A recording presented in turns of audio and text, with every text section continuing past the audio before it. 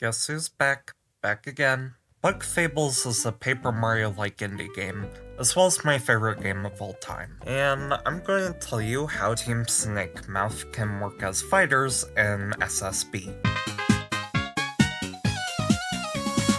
The first thing to get out of the way is the art direction. While it's tempting to make them flat 2D characters, I was thinking something more along the lines of pseudo 3D cell shade style. Metal Mr. Game & Watch, through flat colors, given shading and detail to look more in line with how the official art portrays them, instead of how they look in-game. For their mobility options, Team Snakemouth has a third jump and delayed directional jump, similar to Ness or Mewtwo. For their playstyle, they'd be a Swiss Army knife character having the tools to handle any situation. Onto their gimmicks. Turn Relay. Team Snakemouth plays similarly to other swap characters like Pirate Mithra or Pokemon Trainer, with two major differences. All characters are out on the field simultaneously. This effect is only visual, and instead of having completely separate movesets, swapping by using down special, all moves other than their specials are shared. The leader changing depending on the move that was used last. For example, V would be forward tilt, Kaboo would be up tilt, Leaf would be down tilt, so on and so forth. Much like other swap characters, you can choose who you want to lead first before the match begins, but the default order goes Kaboo, then V, then Leaf.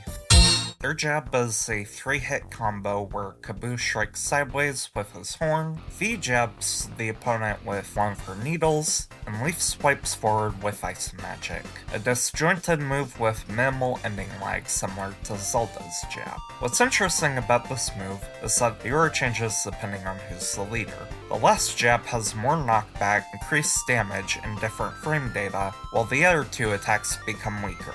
Of course, as always, the hitboxes shown on screen are an example. In practice, they'd be lowered or lifted so they can actually combo into each other. For their forward tilt, V pierces the opponent with one of their needles in a forward thrusting motion. For their up tilt, Kaboo uses Heavy Strike. It functions much like Incineroar's up smash, but of course weaker, faster, and non-chargeable. For their down tilt, Leaf swipes the ground using Ice Magic. For dash attack, all of Team Snakemouth dashes forward, elbowing the opponent in front of them.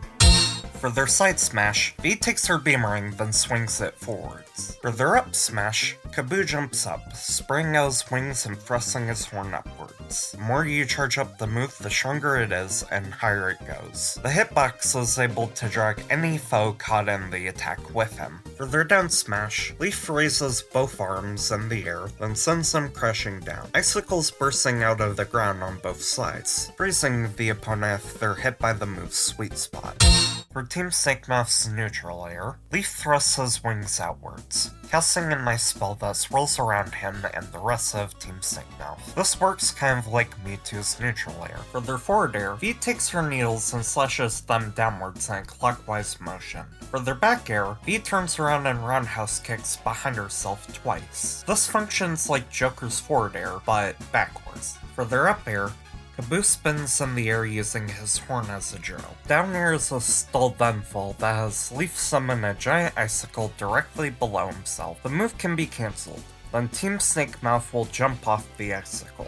Doing this won't send Team Snakemouth into freefall, but will consume one of their 3 jumps.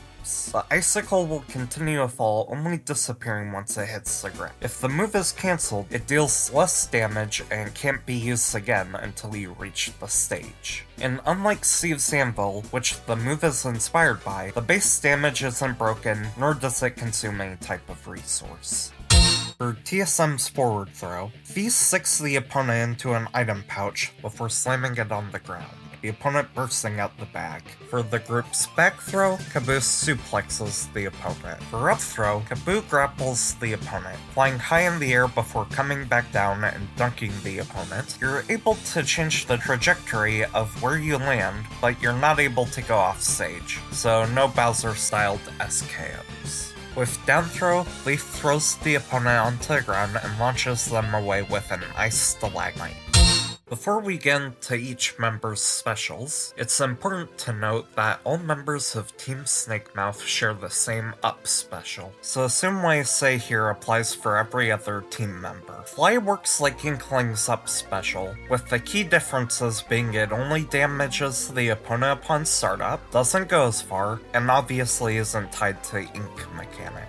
Kaboo's neutral special is Understrike. When used on solid ground, Kaboo will dig. While holding the B button, Kaboo will enter a burrowed state, able to move swiftly across the ground, his location given away by a dirt trail. After a few seconds or letting go the B button, he will follow up with a multi-hit attack, spinning like a drill. When using neutral special in the air or on a semi-solid, Kaboo will dive headfirst in a corkscrew motion similar to the second half of the move's grounded variant. This continues until he reaches solid ground, in which case he burrows and automatically performs the grounded version of the move. Kaboo's side special is Dash Through. Kaboo charges horn first through his opponents. The move can turn around mid-dash. After a short period of time, Kaboo will start to get tired and run out of steam. Think of this like a combination between Mario Bike and Wonder Wing. It's important to note that this move can be cancelled into Understrike for a nice mix-up option. Kaboo's down special is Taunt. Taunt is a revenge-style counter. Kaboo strikes a come-at-me pose before taking a hit. Team Snakemouth getting a damage and knockback boost on their next attack. The key difference to Incineror's down B is that Taunt can't stack for a higher buff, it's just a flat 1.25 damage increase. V's neutral special is Needle Toss. If V isn't already midair, she floats a short distance above the stage. Then a Reckle appears, moving in a clockwise then counterclockwise motion. Once the B button is pressed, V will throw up to 2 needles. Pressing the shield button or dodging cancels the special move. Needle Toss is a powerful offstage / edge guarding tool that if used recklessly leaves you wide open. V's side special is Beamerang Throw. V throws her Beamerang in front of herself, which drags its opponents along its trajectory. V can act shortly after throwing her Beamerang, being able to move around or perform defensive options, but is unable to attack. Much like Pyra's Blazing End. Where the move differs is it trades a tall vertical hitbox and smash attack variant for the ability to combo while it's out. Even though V's moves aren't usable while the move is active, Kaboo and Leaf's moves still are. It should be noted that while this move is active, Team Snakemouth's jab becomes a 2-hit jab instead of a 3-hit jab. V's down special is Sharing Stash. V scrummages around a team's bag of items, pulling out one of 5 different healing items with varying amounts of health restoration. The more powerful the item is, the rarer it is to pull. Due to the power of this move, it's unable to be spammed. Leaf's neutral special is Freeze. This is more or less Sora's Blizzaga and Ice Climber's Blizzard. If it ain't broke, don't fix it. Leaf's side special is Ice Rain. Leaf's Ice Rain creates a line of reticles on the ground. The longer the button is held, the longer the line becomes, with a maximum of 4 reticles. Once the button is let go, icicles shoot down. Being right on the reticle is the move's sweet spot, while being hit in the air is the move's sour spot. Leaf's down special is Bubble Shield Break. This is a fusion of 2 moves, Break and Bubble Shield. This move is a unique counter/reflector where Leaf creates a bubble shield around himself and his teammates, who are huddled up next. Instead of countering with an attack, Team Snakemouth is able to act immediately out of the move. When hit by a projectile, this move does nothing extra. But if Bubble Shield Break is activated by a physical attack, then Leaf casts Break, meaning both the strength and knockback of your opponent's next attack are weakened.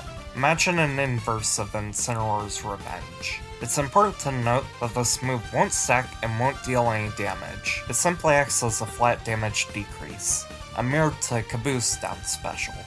Team Snakemouth's final smash is Frost Bowling. V stands her ground, getting into a diving strike motion before a shield device conceals her. This giant ball of ice is then rammed into by Kaboo, sending the ball launching left or right across the stage, depending on the direction the player holds. As it rolls, it deals massive damage. This final smash can be cancelled mid-roll by pressing B. If done, V will come out bursting out of the orb, it acting like an explosion the size and power of a smart bomb. It's important to note that the bowling ball, A, goes through the opponent so they won't be dragged along, and B, when reaching the ledge, the bowling ball will turn, shown by the diagram on screen.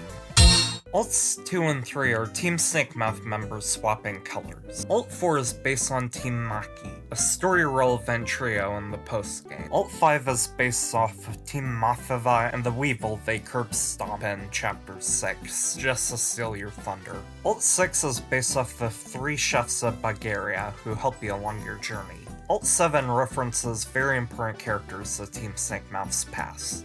No spoilers. Ult 8 is based on the zombie enemies you find in Snakemouth Den. And that's Team Snakemouth and Smash. Join me next time where we'll be revamping Roy. That or it's a video on Kyubi from Yokai Watch. Gotta get that done before Brawl Fan. See ya everyone!